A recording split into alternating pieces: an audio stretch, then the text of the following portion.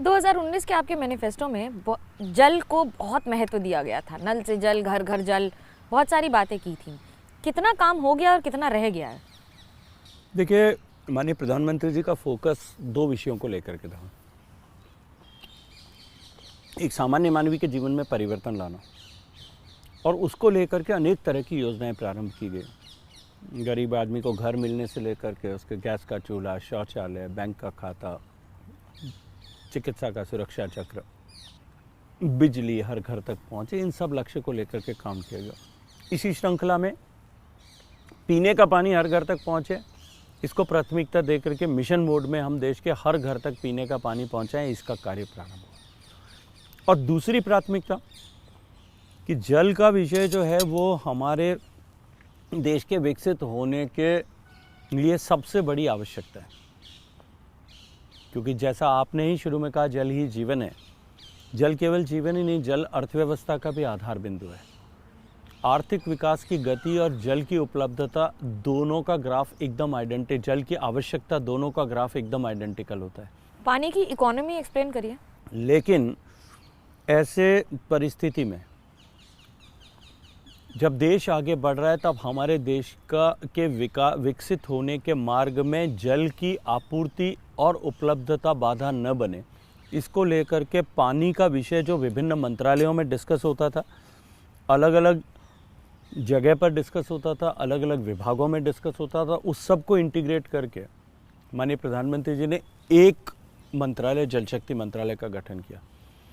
और जब हॉलिस्टिकली इस पर हम विचार करके काम करने लगे, जल के हर एक पक्ष पर, ज़मीन पर रोकना पानी, छोटे छोटे जलाशयों का अमृत सरोवर के नाम पर निर्माण करना, RRR के माध्यम से एग्जिस्टिंग जलाशयों का पुनरुद्धार करना, ज़मीन के जल जिस पर हमारी सर्वाधिक निर्भरता है, दुनिया में सर्वाधिक ज़मीन का भूगर्भ का जल निकालने वाला देश भारत है, उसके सिकुड़ते हुए स्वरूप को रोकने के लिए डिमांड साइड मैनेजमेंट करना, ज़मीन का ऊपर हमारी पानी को रोकने की कैपेसिटीज़ को बढ़ाना, माइक्रो इरिगेशन के माध्यम से जल को सपोर्ट करने के माध्यम से जल के उपयोग को नियंत्रित करना, कम करना, ये पहले नहीं होता था। नदियों को शुद्धिकरण करना। कांग्रेस कहती है खाचा हमने तैयार किया, खाका हमने तैयार किया।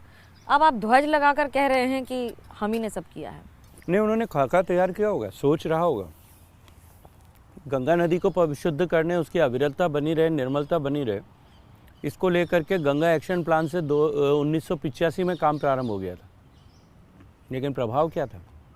प्रभाव शून्य था, क्योंकि हॉलिस्टिक अप्रोच नहीं थी और इंटीग्रेटेड एफर्ट्स नहीं थे। तो देश में उन्होंने योजनाओं को सोचा तो होगा, लेकिन धरातल पर कितना उतारा?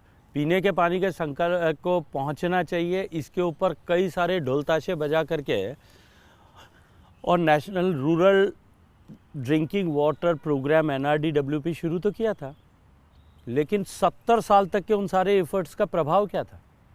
देश में मात्र जो है 16% घरों तक पीने का पानी पहुंचता था। 2019 के आंकड़े बता रहा हूँ, मात्र 16%।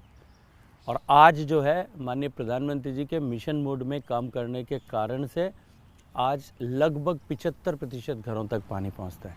पीएम खुद कितनी बातचीत करते हैं या मॉनिटरिंग करते हैं या आपसे फीडबैक लेते हैं, सजेशंस भी देते हैं? निश्चित रूप से। जैसे केवल जल ही नहीं, सरकार की हर योजना और मंत्रालयों के द्वारा किए गए हर एक काम पर उनकी सतत दृष्टि बनी हुई रहती है। और हमेशा ही, मैं तो जिम्मेदारी से बात कहता हूँ कि हमेशा ही जब कभी भी उनके साथ में बैठने का अवसर मिलता है, चाहे सामूहिक रूप से और चाहे अकेले में, हमेशा ही सीखने को कुछ न कुछ अवश्य मिलता है।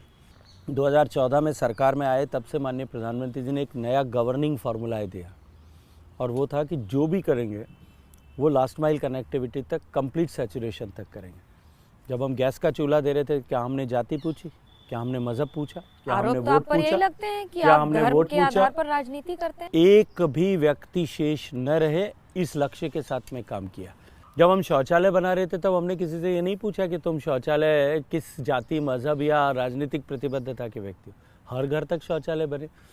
बेसलाइन सर्वे पे बनाने के बाद में कोई भी शेष न रहे, no one should left behind, इस संकल्पना के साथ में हमने 1.5 करोड़ शौचालय और बना करके गैप को फिल इन किया। ये केवल वोट की राजनीति नहीं, बदलाव की राजनीति। देश बदलने के लिए निकले हुए लोग वोटों की गणना नहीं करते। बड़ा दिलचस्प कहा। मुझे आपने आपकी प्लेट पे भी मुझे सिर्फ और सिर्फ मिलेट्स ही ज़्यादा दिख रहे हैं, मोटा अनाज जिसे कहते हैं। पारंपरिक रहा है देश में, लेकिन क्या ऐसा लगता है कि 2023 के बाद से इसको एक अलग स्तर मिल गया है? देखिए, निश्चित है भारत में मिलेट्स की खेती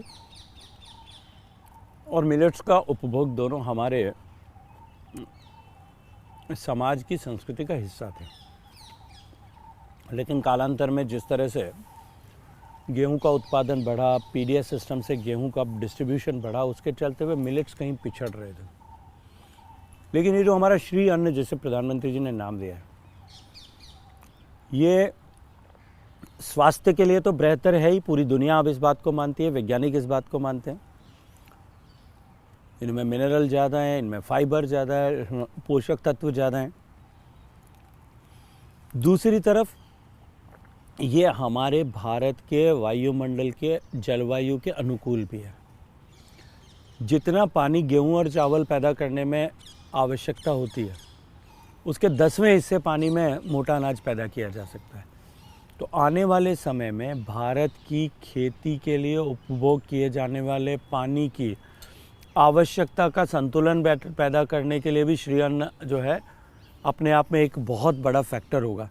और जिस तरह से पूरे विश्व भर में माननीय प्रधानमंत्री जी की पहल के बाद में यूनाइटेड नेशंस ने ईयर ऑफ द मिलेट घोषित किया, और उसके बाद में जिस तरह से इसकी डिमांड बढ़ी, ये भारत के किसानों की आमदनी को बढ़ाने और कृषि की अर्थव्यवस्था को बदलने वाला यंत्र और मंत्र साबित होगा।